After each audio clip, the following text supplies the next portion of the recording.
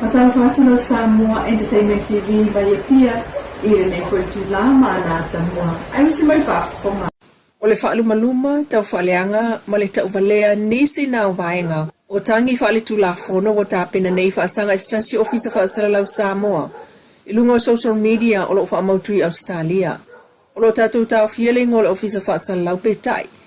E sa tātou whaatalnoanga ma le fiongal minsta o ngā ruenga olo a 4 fitiva ai.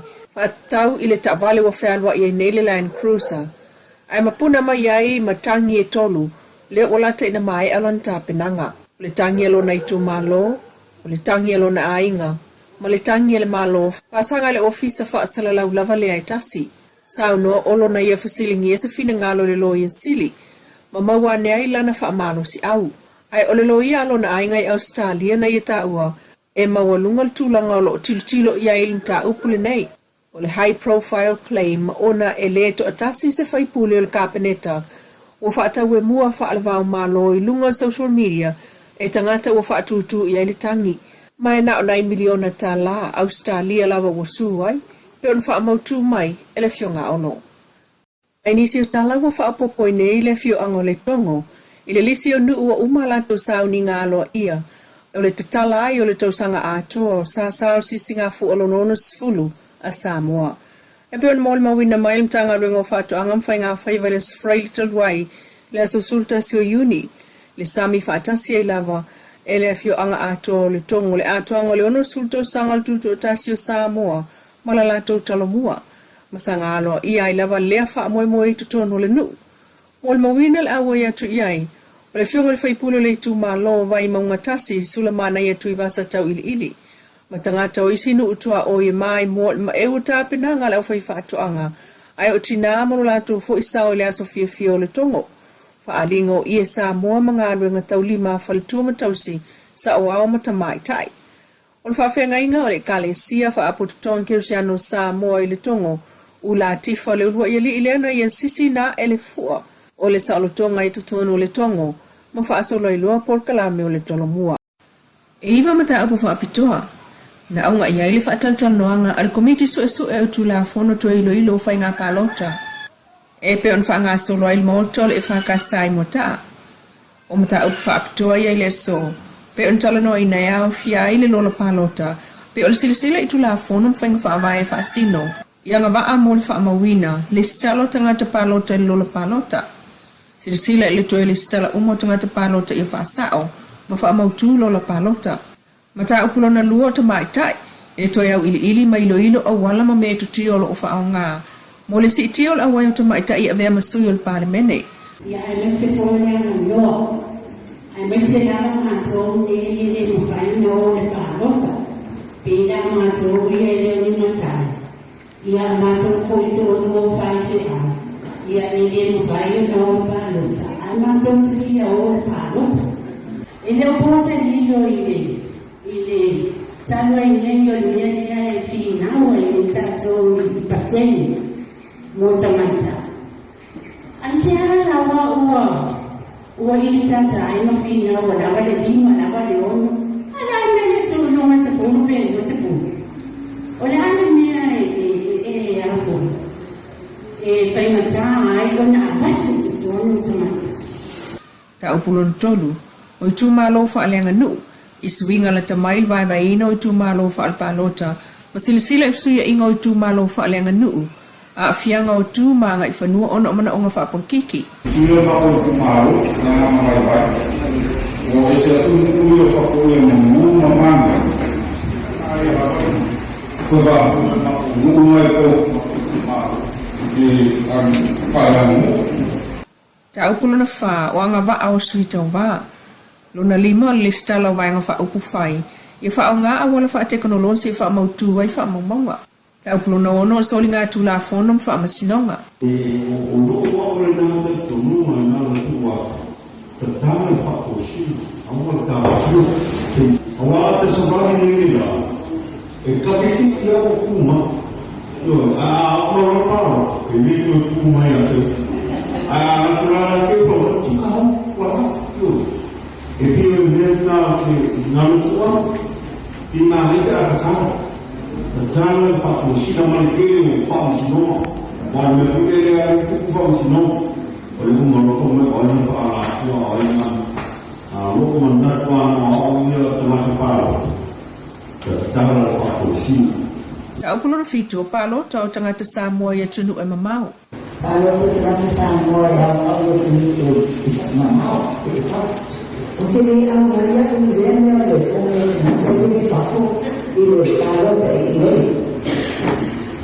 Samato whakaluna ko na ko i whafu i a pātuna ko mau i Samoa i au i whafu o mai o mai mangu. Mako te palo talawa o le a o mai. A o uia. O te ni manawa uia. Oleh, remember amat mereka itu tas. Jadi kan mereka malah macam mereka.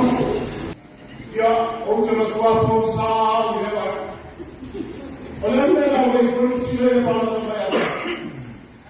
Orang muslim, kalau kalau muslim. Oleh kasih nama mereka, apa pun yang mereka malu sama. Mereka pun yang ada kata pada baru mereka malu. Mereka mereka malu apa?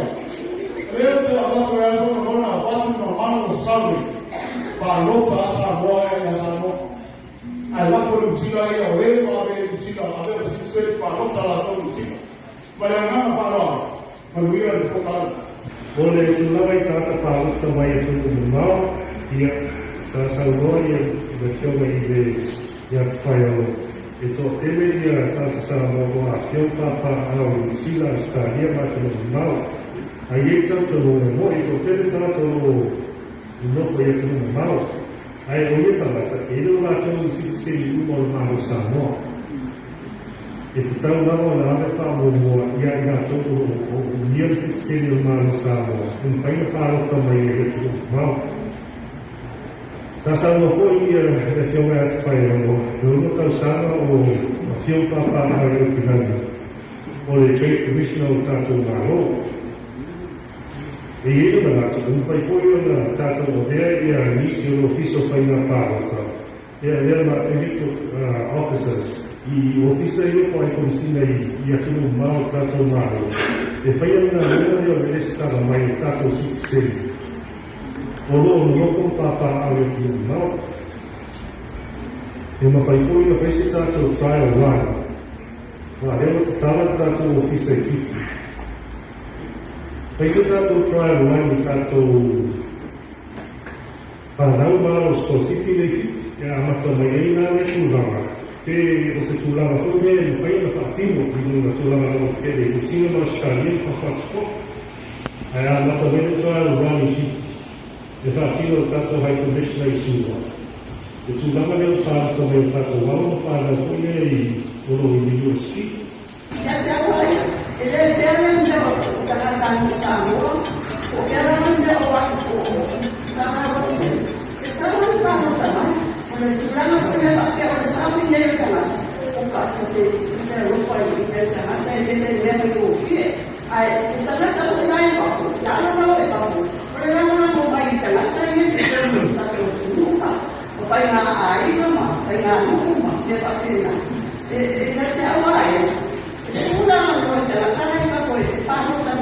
Lona valu, sui vai ngo fa au fai. Lona iva, o fa tulanga ina le ofisa o fai ngā pālota. Ma lona sfulom ta upu lau tele, e nisium ta upu fa atau, ili fa atino ina o pālota tele lua o lua tasi, ma le tula fono fai ngā pālota lua o tasi iva. Wa o tua ina il minsta si ni o kāpeneta, le sunga la auli al mali etua, pula te vau fosi shmete le fa leonga, o le langolango le fiu anga o le tongo, inga alwe ngā tina el malo. E tau le fiu anga le o le tongo, o le isi nu o le tu malo vai maunga tasi o lo tula i mai il fai pule le HRPP, le sunga sula mana ia tui vasa tau ili ili. Ai o le faa leo ina o le langolango le tongo i le malo o le fas, na faa leo faa tasi e tuai foi, malalato talo sanga, faa tau i fanua le malo o lo oitu tono le tongo. O le talo sanga tu ufafonga al pule nu i le sui o le malo, o le minista o fatu angam fai ngā faiva, ia faa matu uane ni vai ngā ele faa lautele atu iai, a lato fatu anga mati nai. Pita ele inga tai ina mana onga, o le talo sanga le pule nu o le tongo, na toe ta talo foi, mo le fia faa le leo awala i fanua ngā lue, o fale a onga ma le sapalai o le suava i le nuu. O le whelua inga minista o whātoanga ma le nuu o le tongo i le sfrei le taluai, e mo le lātou talo mua, ma sa o le sisi ngā fua na mawai ma le awanoa o le whioanga o le tongo, e mamolia ne ai o lātou mana onga i le malo whaawi atu i le sui o ka peneta o le minista o whātoanga mwhai ngā whaiva. I tala tuli lo a fianga o tātou tunu ul COVID i le uliptia mai mtanga luenga o le soifua malolo ina le PCI o le toa silau lua sulvalu il wha ma e tono le wha sulvalu i tula mai le lua i le awa uli o le sofitu o uni i le awa uli o le soiva o uni. E toa silau lua sfuluono i lato wa fia mai tua le mamalu lau tele o le tunu. Ma le toa lua na wha mawina na malanga mai whafo malisiama. O si iti ai, le a whai o tātou tangata wa fiel siama COVID sulfa afe tolu silau sulima. E toa valu i lato o tau fia pel timinei i le no whanga wha apitol falma e matutua. E le isa sina maliu le piliota wha mawina. Ma lo tu mau pea le a whai o i lato mau so i fua le COVID i le luas fulvalu. Ai lo sanga whautua ina pea le malu le tunu ina ia tau sisia ma usta ia whautuanga wha so i fua malolo ina o lo tu ina atu i taimi uma. E hala le whai o talifonga tau sia le nofo maltu vava mo le lua mita mai leisi tangata i leisi. Ma ia wha anofa i se no whanga wha apitua lo whale tau mamau mai lo a inga pe a whai o masalo mielo wa fia ia o ngol COVID-19 fuluiva. Lo wha awa pe a fo i tuinga i whalmai umai tonu o Samoa wha manatu mai o le ngā luenga whai whatasi le pui oe o lo a inga o Samoa atoa ai sili ai e pele ia te oe. La Samoa Entertainment TV mai e pia, whapuponga o tamua le aso atayao, i le alofa le atua a kasoifuania.